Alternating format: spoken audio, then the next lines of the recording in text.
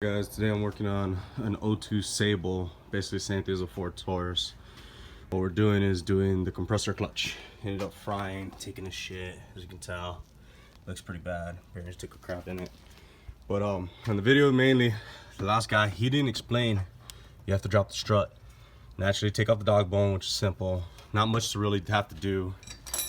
You drop the subframe. As you can tell, take off that bolt, this bolt over here, and then there's the other two you really don't have to take them off, just loosen them, but you'll be able to drop it and make it freely. As you can tell, you can be able to get to the compressor. Putting this on was pretty simple. It's like doing a seal. If you ever done a seal, basically like a half shaft seal or transmission seal, input shaft seals, I just do it with a little mallet hammer, tap all the way around, kind of several points till you get it flush in the back, because you don't want to see any visible opening in the back. You kind of got to get it all the way back, and if you're good enough, you kind of know the sound when you kind of get flat. You'll start hearing a different tone when you hit the hammer, of course.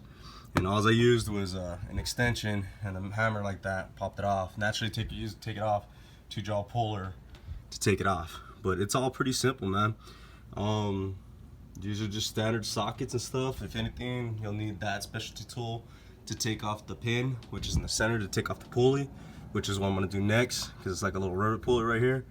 It's kind of just like any other setup with a pin locked in place, but like you can think of a U-joint in a way, but it's pretty simple. Well, good luck guys, and wish the best. Got any questions, hit me up.